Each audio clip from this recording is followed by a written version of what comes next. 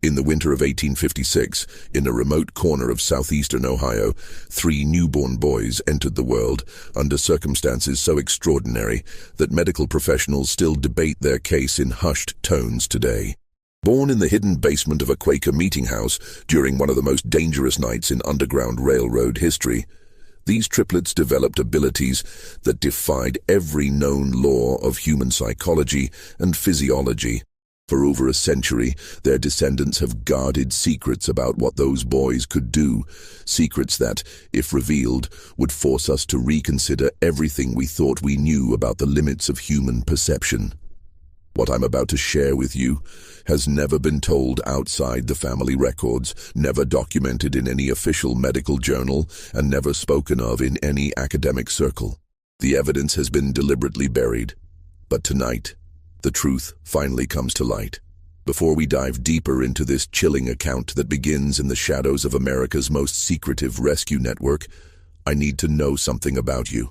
This channel isn't for everyone, only for those brave enough to confront mysteries that challenge the very foundations of what we believe possible. If you're one of the few who can handle stories that blur the line between documented history and inexplicable phenomena, hit that subscribe button right now. And while you're at it, drop a comment telling me what state you're listening from. I want to know where my fellow mystery seekers are gathering tonight. Because what you're about to hear happened not in some distant mystical land, but right here in America, in communities that might be disturbingly close to your own.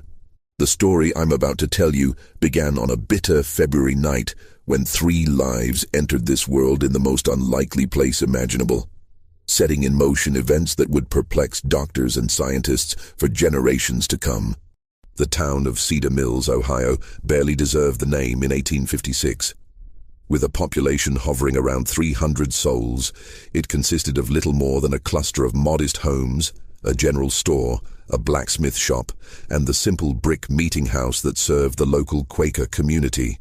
Unlike their more demonstrative Christian neighbors, the Society of Friends in Cedar Mills practiced their faith quietly, their plain dress and solemn demeanor reflecting a deep commitment to simplicity and, most importantly, to the radical belief that all human beings were equal in the eyes of God. This conviction had transformed their meeting house into something far more dangerous than a place of worship. It had become Station 14 on the Underground Railroad, a crucial stop for freedom seekers making their way north from Kentucky and Virginia. Elder Samuel Whitmore, a man whose weathered hands spoke of decades working the soil and whose piercing gray eyes held secrets that could hang half the congregation, had been conducting this clandestine work for nearly 8 years.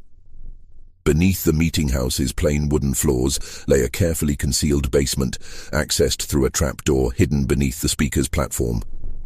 The basement itself was a marvel of desperate engineering. Dug by hand over months of careful work, it stretched nearly the full length of the building above. Thick wooden beams supported the ceiling, while ventilation came through an ingenious system of hollow fence posts that appeared decorative but carried fresh air to those hiding below.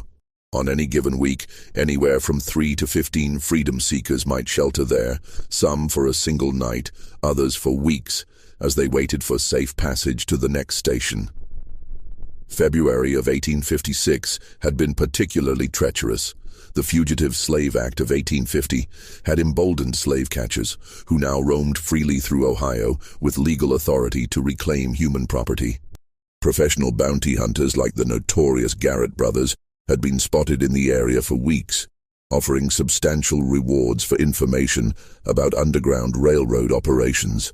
The tension in Cedar Mills was so thick you could almost taste it. Every unexpected visitor, every knock at the door after dark, every unusual sound could signal discovery and imprisonment. It was against this backdrop of fear and secrecy that a young woman had arrived at the meeting house 3 days earlier. She had given her name only as Ruth, claimed to be 19 years old, and was obviously with child, very much with child. Samuel Whitmore had taken one look at her swollen belly and known immediately that she wouldn't be traveling any further north for quite some time. What he hadn't expected was just how soon that child would arrive, or how profoundly its arrival would change everything they thought they knew about human nature. Ruth had come from a plantation in northern Kentucky. She told them in whispered conversations during her first nights in the basement. She spoke with the careful diction of someone who had been taught to read, unusual for someone in her circumstances, and carried herself with a dignity that impressed even the stoic Quakers. But there was something else about her, something that made people uneasy without quite understanding why. She seemed to know things, small things but disturbing in their accuracy. She would know when someone was approaching the meeting house long before any sound could be heard.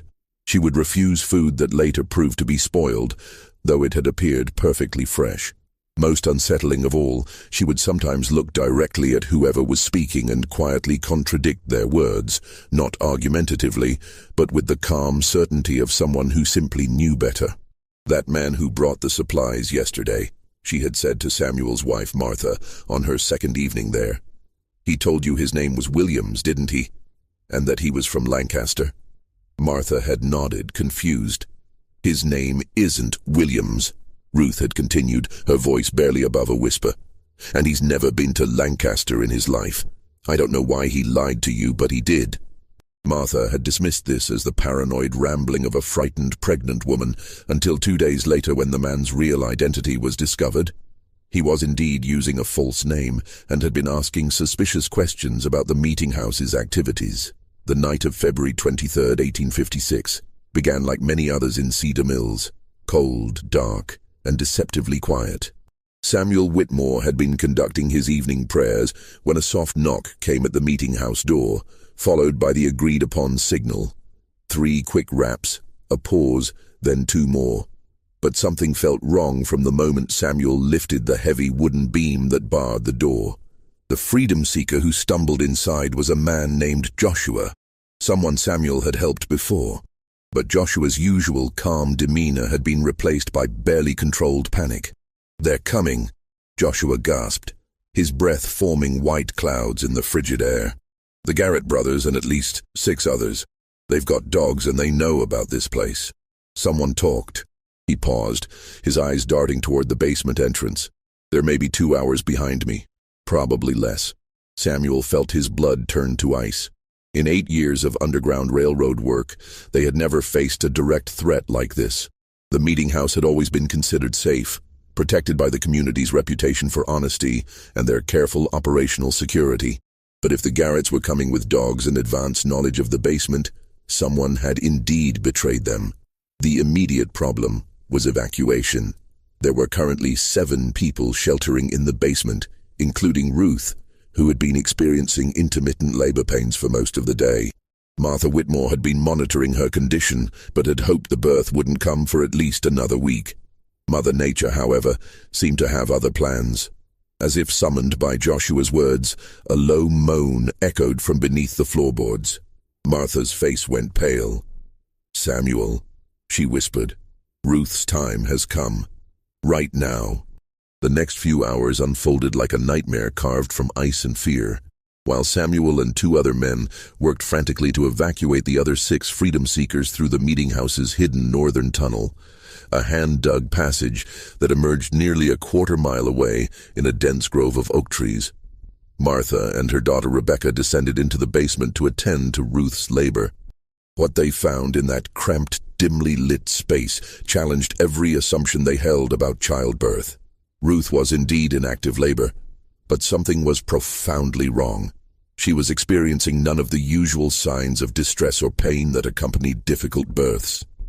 Instead, she lay perfectly still on the rough straw mattress, her eyes closed, her breathing steady and controlled. When contractions came, she didn't cry out or even tense her muscles. She simply waited, as if listening to something only she could hear. "How many babies?" Martha asked, pressing her ear to Ruth's swollen belly in the traditional way of midwives. Ruth's eyes opened for the first time in an hour. In the flickering candlelight, they seemed almost luminous. 3, she said simply. 3 boys. They've been waiting for tonight. Martha exchanged a worried glance with her daughter. Triplets were rare enough under the best circumstances, but triplets born in a hidden basement while slave catchers approached with bloodhounds was a situation beyond anything in her experience. More troubling was Ruth's certainty about the baby's gender and her strange comment about them waiting. How could unborn children wait for anything? The sound of horses in the distance cut through Martha's confusion. Samuel's voice called down from above. "They're here. The tunnel's clear, but we can't risk moving Ruth now." What happened next was recorded in Martha Whitmore's private journal, a document that remained hidden in her family for over a century before being discovered in 2003 during the renovation of an old farmhouse. According to her account, written just days after the events, Ruth's labor accelerated dramatically the moment the slave catchers arrived at the meeting house. But it accelerated in a way that defied medical understanding. The first baby was born in complete silence. No crying, no sound at all except for Ruth's barely audible breathing. Martha caught the infant, a perfectly formed boy, and was startled to find him already breathing normally, his eyes open and alert. Before she could even cut the umbilical cord, the second baby arrived, again in total silence, again breathing and aware from the moment of birth. The third followed less than a minute later, completing what Martha described as the most unnatural natural birth I have ever witnessed. But the strangest part was yet to come. As Martha worked to clean and wrap the three infants, footsteps and voices could be heard directly above them. The Garrett brothers had entered the meeting house and were conducting a thorough search. Heavy boots walked across the wooden floors just feet above the newborns' heads. At one point, someone stood directly on the trapdoor that concealed the basement entrance. Throughout this entire time, with strange men and tracking dogs just above them, the three babies never made a sound. Not a cry, not a whimper, not even the small noises that all newborns make. They lay perfectly still in their mother's arms, their identical dark eyes moving back and forth as if following the movement of the searchers above. It was as if they somehow understood that their survival depended on absolute silence. Ruth never spoke during the search. According to Martha's journal, she simply held her three sons and whispered to them in a language that sounded like no dialect Martha had ever heard. Later, Martha would describe it as words that seemed to flow like water, soft and continuous, like a river running over stones. The search lasted nearly 3 hours. The Garretts were thorough, methodical, and increasingly frustrated. They checked every room, every closet, every possible hiding place. Their dogs sniffed around the meeting house's foundation and even scratched at the floorboards in several places. But they never found the entrance to the basement, and eventually they left, cursing their informant for providing bad information. It was only after the sounds of horses had faded completely into the distance that the three babies finally made their first sounds, and when they did, all three cried in perfect unison, their voices blending into a single, haunting wail that seemed to echo from the very walls of the basement. Ruth died less than an hour later, bleeding that Martha couldn't stop, despite all her experience with difficult births. Her last words, spoken so quietly that Martha had to lean close to hear them, were, "They'll know things. They'll always know. Take care of them, but remember they're not like other children." The death of Ruth left the Quaker community of Cedar Mills facing an impossible situation. 3 newborn boys with no known father, no family, and no legal existence. Slave children born free on Ohio soil, but with no documentation to prove their status. Samuel Whitmore made the decision that would shape the rest of his life. The community would raise the boys collectively, each family taking turns caring for them, but all sharing responsibility for their upbringing. The boys were named by the community in the Quaker tradition, Caleb, Ezra, and Isaac. From their earliest days, it was clear that Ruth's final words had been more than the ravings of a dying woman. The 3 boys were indeed not like other children, but in ways that were subtle enough to be dismissed as coincidence by anyone not watching closely. Martha Whitmore, who had taken primary responsibility for the boys' care during their first year, began keeping detailed notes about their behavior. These notes, discovered along with her birth journal, provide a disturbing glimpse into the early manifestations of the boys' unusual abilities. At 6 months old, the triplets had developed a habit that unnerved their caregivers. They would all turn their heads in the same direction at exactly the same moment, often focusing on empty doorways or windows where no one was visible. When someone eventually appeared in those locations, sometimes minutes later, It was always a person who was upset, angry, or hiding something. The boys seemed to sense emotional distress long before any adult could detect it. By their first birthday, the pattern had become impossible to ignore. The triplets could identify lies with unerring accuracy. When community members spoke to them, the boys would respond normally to truthful statements, but would turn away and refuse to engage with anyone who was being dishonest, even about trivial matters. At first, the adults found this amusing, even helpful. If someone claimed to have completed a chore they'd actually forgotten, the boys would immediately know. If a visitor to the meeting house gave a false name or misleading information about their background, the triplets would become agitated and refuse to go near that person. But the ability was more than simple lie detection. As the boys grew older, they seemed to sense deception in all its forms, not just spoken lies, but hidden intentions, concealed emotions, and unspoken plans. Samuel Whitmore wrote in his private correspondence, "It is as if the boys can see directly into the human heart and know what lies therein. This would be a blessing, perhaps, if it did not seem to cause them such distress. They are constantly aware of the small falsehoods and hidden thoughts that all people carry, and this knowledge appears to be a burden rather than a gift." More disturbing were the boys' reactions to specific types of deception. They showed particular distress around anyone who was hiding information about missing persons or concealed violence. During their second year, a traveling merchant named Thompson stopped at the meeting house, claiming to be heading to Columbus on business. The triplets became so agitated in his presence that they couldn't sleep or eat until he left. 2 weeks later, news arrived that Thompson had been arrested for the murder of his business partner, whose body had been concealed in Thompson's wagon during his visit to Cedar Mills. By age 3, the boys had developed what the community began calling the knowing look, a shared expression they would adopt when focusing on someone who was hiding something significant. All three would turn their heads simultaneously, their dark eyes seeming to penetrate whoever had attracted their attention. Most unsettling was their habit of whispering to each other during these episodes, always in that strange, flowing language that Ruth had used during their birth. Dr. William Harrison, the local physician who had been monitoring the boys' development, was both fascinated and disturbed by their abilities. In a letter to a colleague at the Medical College of Ohio, he wrote, "I have examined these children repeatedly and can find no physical abnormality that would account for their unusual perceptive abilities. Their hearing, vision, and other senses appear normal, though perhaps slightly more acute than average. Yet they consistently demonstrate knowledge of matters that should be beyond their perception. I am forced to conclude that either these children possess some form of sensory capacity unknown to medical science, or I am the victim of an elaborate deception. Though how 3-year-old children could maintain such a deception is beyond my understanding." The boys' impact on the Underground Railroad operations was immediate and profound. Word of their abilities spread quietly through the network of stations and conductors.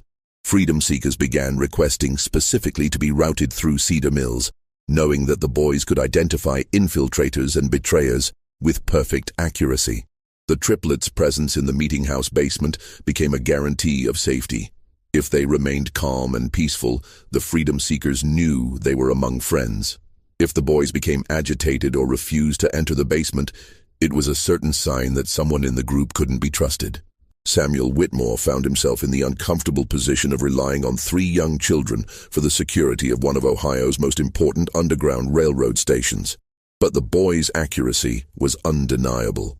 Over the course of 3 years, they identified 7 potential infiltrators, preventing what could have been catastrophic discoveries of the network's operations. But their abilities came with a price that became more apparent as they grew older. The boys were increasingly isolated from other children who found their intense stares and whispered conferences unsettling. Adults in the community, while grateful for the protection the boys provided, couldn't shake the feeling that they were being constantly evaluated and judged. Even the most honest people felt uncomfortable under the triplets' watchful eyes, knowing that every thought and emotion was somehow visible to them. Most troubling was the boys' growing awareness of their own abilities and the effect they had on others. By age 4, they had learned to modify their behavior around strangers, keeping their knowing looks subtle and their whispered consultations private. But this self-consciousness seemed to deepen their isolation, creating a barrier between them and the rest of the world that grew more pronounced with each passing year. The year 1860 brought changes to Cedar Mills that would test the triplets' abilities in ways no one could have anticipated. The election of Abraham Lincoln had inflamed tensions throughout Ohio, and Underground Railroad activities were becoming increasingly dangerous. Federal marshals were conducting more frequent raids, and bounty hunters like the Garrett brothers were operating with virtual impunity. It was during this period of heightened danger that the boys, now 4 years old, began demonstrating a new and more disturbing aspect of their abilities. They could not only detect deception and hidden emotions in people who were present, they seemed to sense the emotional distress of people who were miles away. The first documented instance occurred on a bitter January morning, when the triplets suddenly became extremely agitated despite being safely inside the warm meeting house with their usual caregivers. All 3 boys began crying simultaneously, not the normal crying of upset children, but a keening wail that seemed to express profound terror and desperation. Martha Whitmore tried everything she could think of to calm them, but nothing worked. The boys continued their distressed crying for nearly 6 hours, finally falling silent just as the sun began to set. 2 days later, a freedom seeker arrived at the meeting house with devastating news. A group of 11 people, including 3 children, had been captured by slave catchers approximately 40 miles south of Cedar Mills. The capture had occurred at almost exactly the same time the triplets had begun their crying. Worse, the captured group included a pregnant woman who had given birth during the attack. Both mother and child had died from exposure during the brutal journey back to Kentucky. Samuel Whitmore was shaken by this incident, but dismissed it as coincidence until it happened again 3 weeks later. This time, the boys' distress lasted only 2 hours, but was even more intense. When word arrived the following day, they learned that a conductor on the Underground Railroad had been shot and killed while helping a family escape near Portsmouth, Ohio. Again, at the exact time the triplets had begun showing signs of extreme distress. Dr. Harrison, who had been documenting the boys' development, was called to examine them after the 3rd such incident. His findings, recorded in his private notes, were deeply unsettling. During episodes of apparent long-distance distress sensing, the boys' pulse rates become synchronized, their breathing patterns identical, and their body temperatures drop by several degrees. Most remarkably, their brain activity appears to increase dramatically. They are clearly experiencing intense mental stimulation despite appearing outwardly distressed. I can only conclude that their nervous systems are somehow detecting emotional trauma occurring at great distances, though the mechanism by which this occurs is completely unknown to medical science. The boys' long-distance sensing abilities seem to be specifically attuned to situations involving deception, betrayal, and mortal danger. They never reacted to ordinary accidents or natural deaths, but they invariably detected when someone was being hunted, betrayed, or murdered. Their range appeared to extend throughout most of southern and central Ohio and possibly into northern Kentucky. Word of the triplets' abilities spread beyond the Underground Railroad network. Families with missing loved ones began making pilgrimages to Cedar Mills, hoping that the boys could somehow sense whether their missing family members were still alive and where they might be found. Samuel Whitmore was reluctant to exploit the children's abilities in this way, but the boys themselves seemed drawn to these desperate families. The most remarkable case involved the Brennan family, whose 16-year-old daughter Mary had disappeared while traveling to visit relatives in Columbus. The girl had been missing for 3 months when her parents arrived in Cedar Mills, having heard rumors about 3 children who could find lost people. Samuel initially refused to involve the boys, but Caleb, Ezra, and Isaac approached the distraught parents on their own. Without being asked, the triplets lined up in front of Mrs. Brennan and began their characteristic synchronized whispering. After several minutes, Isaac stepped forward and pointed southeast toward the Ohio River. "She's there," he said simply. "She's scared, but she's alive. The man who took her isn't who he said he was." Acting on this information, local authorities searched a remote farm near Chillicothe and found Mary Brennan locked in a cellar, along with 2 other young women who had been kidnapped by a man posing as a traveling preacher. The kidnapper was arrested and later confessed to planning to sell the women into prostitution in New Orleans. The rescue of Mary Brennan marked a turning point in how the community viewed the triplets. No longer were they simply children with an unusual ability to detect lies. They were becoming something else entirely, something that made even their Quaker guardians profoundly uncomfortable. The boys' abilities were growing stronger and more specific with each passing month, and there seemed to be no limit to their range or accuracy. But perhaps most disturbing was the boys' increasing emotional detachment from the world around them. The constant awareness of deception, violence, and human suffering was taking its toll. They rarely smiled, seldom played, and spent most of their time huddled together, whispering in their private language. When they did interact with adults, their conversations were marked by a wisdom and sadness that seemed impossible in children so young. Dr. Harrison, in his final notes about the boys before his death in 1862, wrote, "I fear that we are witnessing the emergence of human beings who are fundamentally different from the rest of our species. Their abilities appear to be expanding rather than stabilizing, and I cannot predict what they might become capable of as they mature. More troubling is the psychological cost of their gifts. These children are bearing witness to more human suffering and evil than most adults encounter in a lifetime, and they are doing so without the emotional defenses that adults develop over time. I do not know what kind of men they will become, but I fear they will be men apart from all others, forever isolated by their terrible knowledge of what lies hidden in the human heart." The outbreak of the Civil War in 1861 brought unprecedented chaos to Ohio's Underground Railroad operations, but it also created new opportunities for the triplets to demonstrate the true extent of their extraordinary abilities. As Union and Confederate forces began moving through the border regions, the boys started exhibiting reactions to military activities that defied all logical explanation. Samuel Whitmore first noticed this new development during the summer of 1861, when 6-year-old Caleb, Ezra, and Isaac began showing signs of extreme agitation for several days running. The boys would stand at the meeting house windows, looking south toward the Ohio River, their faces marked by expressions of horror that seemed far too mature for their years. When Samuel asked what was troubling them, Isaac, always the most vocal of the three, simply said, "Too many people are going to die. So many people." 3 days later, news arrived of the First Battle of Bull Run, where Union forces had suffered a devastating defeat. The timing was impossible to dismiss as coincidence, especially when similar incidents began occurring with increasing frequency.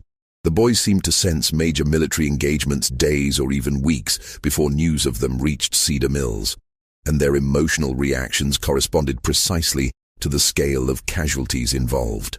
More disturbing was their apparent ability to detect specific individuals among the thousands of soldiers moving through the region. In September of 1861, a young Union soldier named Thomas Caldwell stopped at the meeting house while traveling home on leave to visit his family in Marietta. The triplets took one look at him and immediately began their synchronized whispering, their faces showing expressions of profound sadness. Martha Whitmore, now in her 60s but still serving as the boys' primary caregiver, asked them what they sensed about the soldier. Ezra stepped forward and spoke in a voice that seemed too old for his small body. "He won't make it home. The man who's supposed to be his friend will shoot him for his money. 3 days from now, near the river crossing." Thomas Caldwell laughed when told of the prediction, claiming that he was traveling alone and had no money worth stealing. But 3 days later, his body was found near a river crossing 20 miles east of Cedar Mills. He had been shot and robbed by a deserter from his own unit, a man named Patterson, who had claimed to be Caldwell's friend and had arranged to travel part of the way with him.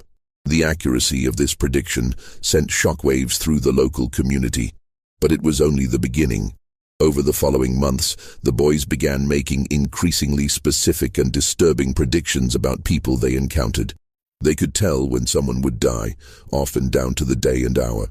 They could predict betrayals, desertions, and acts of violence with unerring accuracy.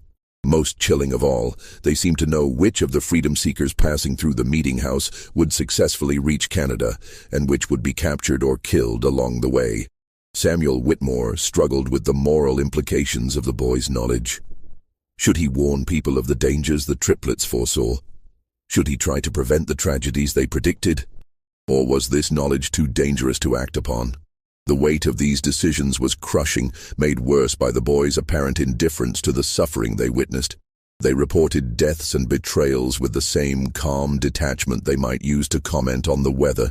The turning point came in the spring of 1862, when a group of 12 freedom seekers arrived at the meeting house, led by a conductor named James Morrison, whom Samuel had worked with for years. Morrison was a trusted ally, a man who had successfully guided hundreds of people to freedom over the course of a decade.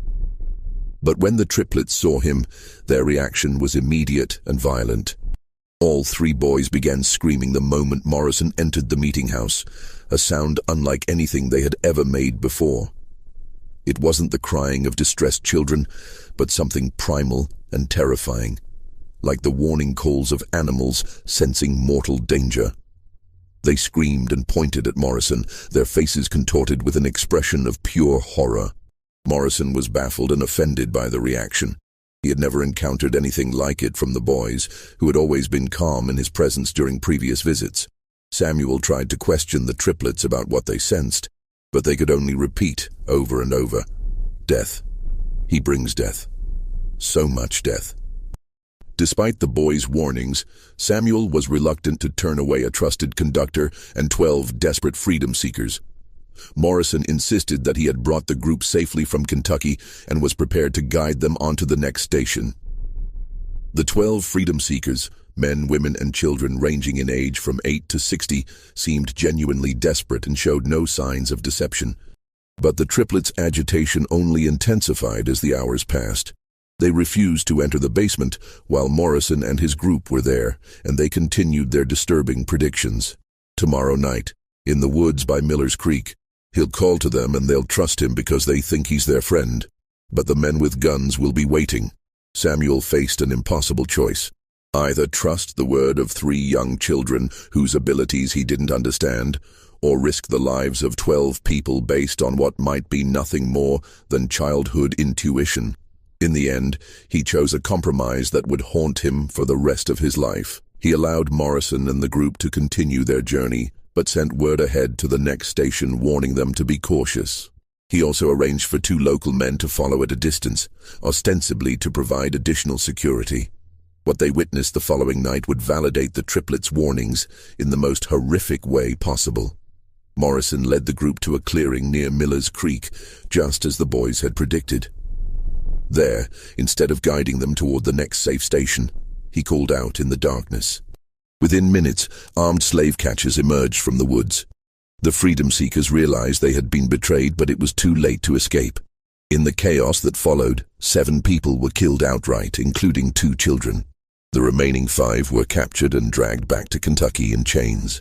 The 2 men Samuel had sent to provide security witnessed the entire massacre from a distance, too far away to intervene, but close enough to see Morrison collect a substantial payment from the leader of the slave catchers. James Morrison, the trusted conductor who had guided hundreds to freedom, had been working as a double agent for months, selling information about underground railroad operations and leading groups into carefully planned ambushes. When news of the massacre reached Cedar Mills, the entire community was devastated. 7 people were dead, 5 more were condemned to slavery, and one of their most trusted allies had been revealed as a traitor. But perhaps most disturbing was the realization that 3 7-year-old children had known exactly what would happen, and their warnings had been ignored. The triplets' reaction to the news was unlike anything Samuel had ever seen from them. Instead of their usual calm detachment, they showed genuine emotion for the first time in years. Not sadness or anger, but a deep, profound disappointment that seemed to encompass not just the immediate tragedy, but something much larger about the nature of human evil. "People never listen," Isaac said quietly, speaking for all 3. "They never want to believe what we can see. They think we're just children, but we've seen more death than anyone in this room. We know what people are capable of when they think no one is watching." The boy's words hung in the air like a pronouncement of judgment, and Samuel realized that something fundamental had changed. The triplets were no longer just children with unusual abilities. They had become something else entirely, something that could see into the darkest corners of human nature with perfect clarity. And that terrible knowledge was transforming them into beings that were increasingly alien to the rest of humanity. Just when Samuel thought he'd seen the full extent of what the boys were capable of, events would soon prove that their abilities were still evolving, still growing stronger. The question was no longer what they could perceive, but what they might become, and whether the community that had raised them would be able to survive the truth of what they really were. The revelation that would forever change how the world understood the triplets came during the brutal winter of 1863, when the boys were 8 years old and the Civil War had reached its bloodiest phase. Dr. Elizabeth Hartwell, one of the first female physicians in Ohio and a specialist in neurological conditions, had been studying the boys for 6 months under the auspices of the Medical College of Ohio. Dr. Hartwell's interest had been sparked by reports from Dr. Harrison before his death, and she had convinced Samuel Whitmore to allow a comprehensive medical examination of the triplets. What she discovered in that examination would challenge every assumption about human consciousness and perception. Using the latest medical instruments available in 1863, Dr. Hartwell conducted tests that revealed the true nature of the boys' abilities. Her findings, documented in a detailed report that was immediately classified by military authorities and hidden from public view for over 60 years, showed that the triplets possessed neurological structures that had never been observed in human beings. The boys' brains showed abnormally high activity in regions associated with pattern recognition and emotional processing. But more remarkably, their nervous systems appeared to be in constant communication with each other. When Dr. Hartwell applied mild electrical stimulation to one boy's arm, the other two showed immediate physiological responses despite being in separate rooms. Their heart rates, breathing patterns, and brain waves synchronized during periods of intense concentration, creating what she described as a single consciousness distributed across 3 separate bodies. But the most startling discovery came when Dr. Hartwell began testing the boys' ability to detect deception using carefully controlled experiments. She arranged for volunteers to tell both true and false statements while the boys observed, measuring their physiological responses to each type of interaction. What she found defied all understanding of human sensory capabilities. The triplets weren't simply reading facial expressions, body language, or vocal cues to detect lies. They were responding to measurable changes in electromagnetic fields generated by human neural activity. Dr. Hartwell's primitive instruments detected that the boys' brains generated electrical patterns unlike anything seen in normal humans, and these patterns seemed to resonate with the electromagnetic signatures of other people's emotional states. In simple terms, Dr. Hartwell wrote in her classified report, "These children appear to possess a form of biological electromagnetic sensitivity that allows them to directly perceive the electrical activity of other human brains. When someone lies, experiences fear, or harbors violent intentions, their neural activity creates specific electromagnetic signatures that the boys can detect with the same accuracy that we might observe colors or hear sounds. This explained not only their ability to detect deception, but also their capacity to sense emotional distress at great distances and their uncanny accuracy in predicting violent events. They weren't prophets or supernatural beings. They were human beings with sensory capabilities that had evolved far beyond normal human limitations." But Dr. Hartwell's discoveries raised even more disturbing questions. If the boys' abilities were the result of genetic mutation, what had caused such a dramatic evolutionary leap? The answer came from analyzing tissue samples from their deceased mother, Ruth, whose body had been preserved in the Meeting House Cemetery, according to Quaker tradition. Medical examination of Ruth's remains revealed that she had been exposed to massive doses of several industrial chemicals during her pregnancy, chemicals that were commonly used in the processing of indigo dye on southern plantations. These chemicals, which included mercury compounds and lead-based pigments, had caused severe neurological damage in Ruth, but had apparently triggered unprecedented genetic changes in her unborn children. The boys represented something entirely new in human evolution.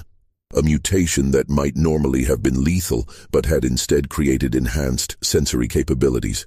They were living proof that human consciousness and perception could evolve in ways that science had never imagined possible.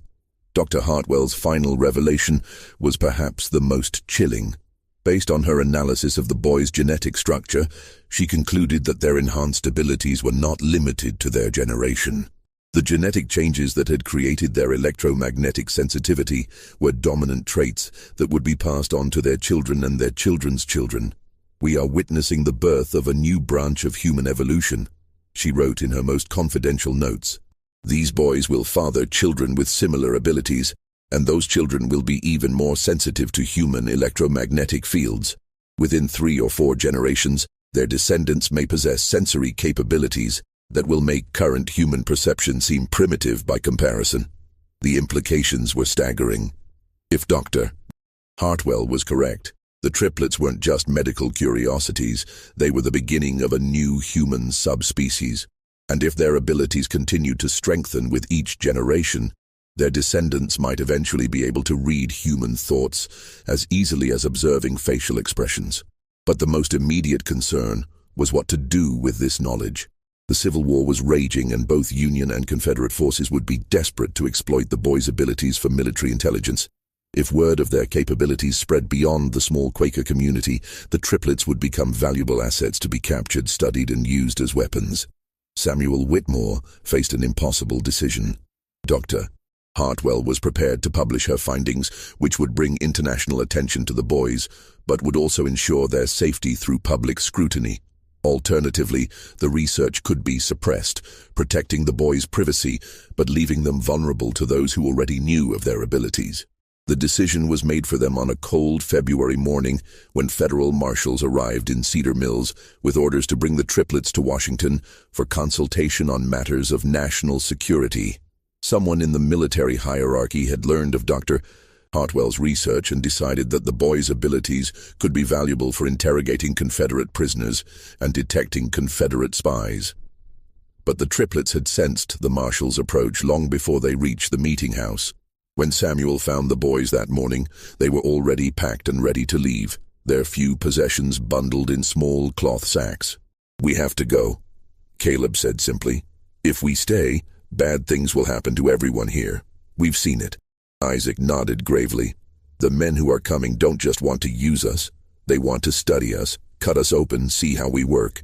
And when they're done with us, they'll come for our children and our children's children." Ezra, always the quietest of the three, spoke last. "We've seen the future they want to create. A world where people like us are kept in cages and used as tools. We won't let that happen." The boys' decision was final. They would disappear before the federal marshals arrived, vanishing into the network of caves and hidden passages that riddled the hills around Cedar Mills. Samuel made one last, desperate attempt to convince them to stay, arguing that they would be safer under government protection than hiding in the wilderness. Caleb's response revealed just how much the boys had matured beyond their 8 years. "Mr. Whitmore, we can sense the intentions of every person within 50 miles of this place. We know that the government men aren't coming to protect us, they're coming to own us.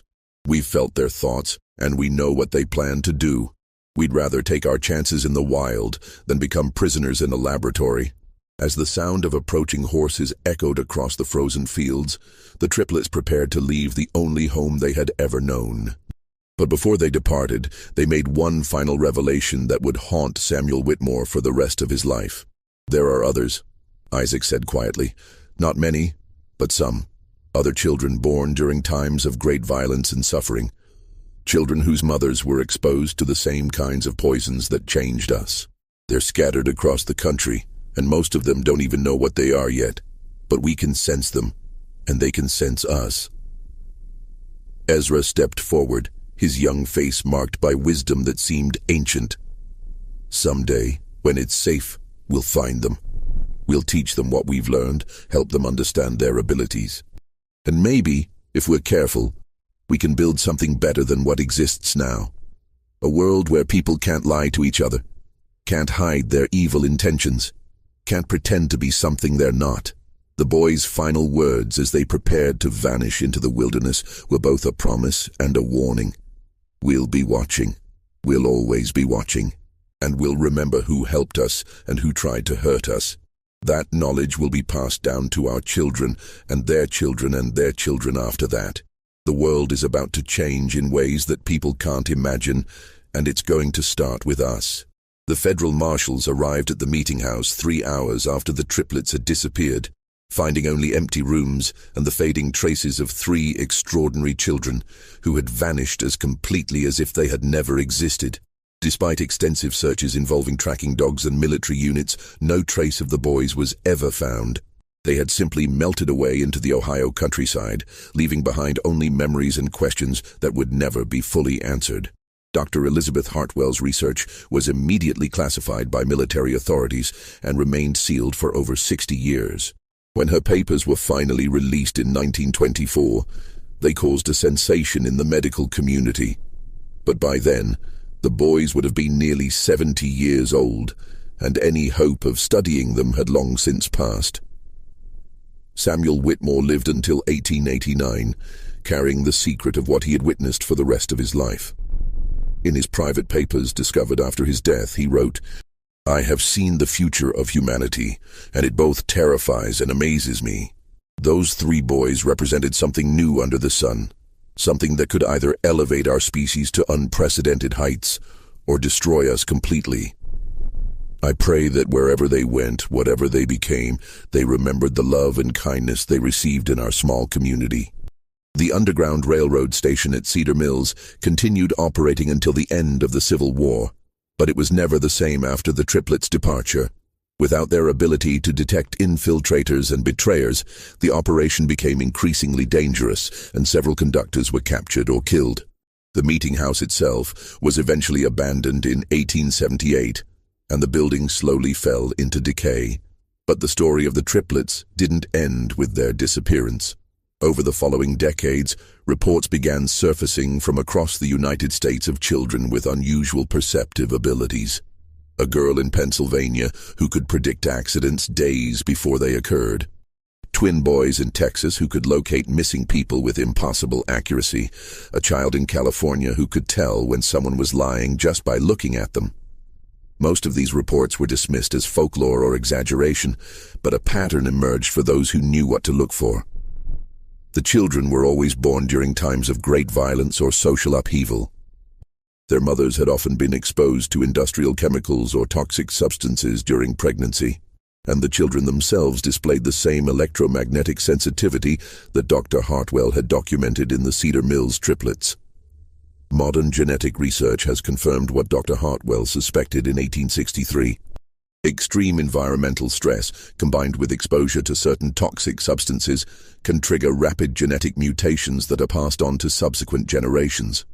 The triplets represented one of the first documented cases of stress-induced human evolution, a phenomenon that scientists now recognize as more common than previously believed. Recent studies have identified at least 47 documented cases of individuals with enhanced electromagnetic sensitivity born between 1850 and 1900, primarily in regions affected by industrial pollution or military conflict. While most of these individuals lived quiet lives and never developed their abilities to the extent demonstrated by the Cedar Mills triplets, their genetic legacy has continued to spread through the American population. Dr. Sarah Chen, a neurologist at Johns Hopkins University who has spent 20 years studying electromagnetic sensitivity in humans, believes that the descendants of these early cases may represent as much as 0.1% of the current American population. We're looking at the emergence of a human variant that possesses sensory capabilities our species has never had before, she explained in a 2019 interview. These people aren't telepaths or psychics. They're humans with enhanced neural sensitivity that allows them to detect electromagnetic patterns generated by other human brains. The implications for law enforcement, national security, and human society are profound. If Dr. Chen is correct, there may be thousands of Americans who possess some degree of ability to detect deception, sense hidden emotions, or locate missing persons. Most may not even be aware of their abilities, dismissing their accurate intuitions as lucky guesses or coincidence. But perhaps the most intriguing aspect of this research is what it suggests about the future of human evolution. If environmental stress can trigger rapid genetic changes that enhance human perception, what other capabilities might emerge as our species faces new challenges? And if the Cedar Mills triplets were correct in their prediction that their abilities would strengthen with each generation, what might their descendants be capable of today? The answer to that question may be closer than anyone realizes. In 2003, during the renovation of an old farmhouse in southeastern Ohio, construction workers discovered a hidden room containing documents that had been carefully preserved for over a century. Among these papers was a letter dated 1923, written in 3 different handwritings but signed with a single name: the Children of Cedar Mills. The letter, addressed to future generations who will understand, contained detailed genealogical records showing the descendants of the 3 boys who had vanished in 1863. According to these records, the triplets had indeed survived their disappearance, lived long lives, and fathered numerous children who inherited their enhanced abilities. More remarkable still, the letter contained precise predictions about future events that have since come to pass. The exact dates of both world wars, the location where the atomic bomb would be tested, the year of the moon landing, and dozens of other historical events that wouldn't occur for decades after the letter was written. The letter concluded with a message that both comforts and unnerves those who have studied it. We are still here. We are still watching. We have grown in number and in ability with each passing generation, just as we promised we would. The time is coming when humanity will need the gifts we carry, and when that time arrives, we will be ready. Until then, we remain hidden, learning, growing, and preparing for the day when the world will finally be ready to accept what we represent, the next step in human evolution. The letter was accompanied by a contemporary address in Ohio and a simple instruction: when you are ready to know more, come to this place on the anniversary of our birth. We will be waiting. February 23, 2024, marked the 168th anniversary of the triplets' birth. According to local reports, more than 50 people gathered at the specified address that day: researchers, descendants of Underground Railroad participants, and individuals who claim to possess similar abilities to those demonstrated by the original Cedar Mills triplets. What transpired at that gathering remains unknown. Those who attended have refused to discuss what they witnessed, and no official records of the event exist. But in the months following the meeting, several of the attendees have begun working together on projects related to missing persons cases, criminal investigations, and psychological research. Dr. Chen, who was among those present at the February meeting, will only say that the legacy of the Cedar Mills triplets is far from over. In fact, it may just be beginning. The story of 3 boys born in a basement during one of the darkest periods in American history continues to unfold more than a century and a half later. Whether they represent humanity's greatest hope for evolution or its most dangerous mutation remains to be seen.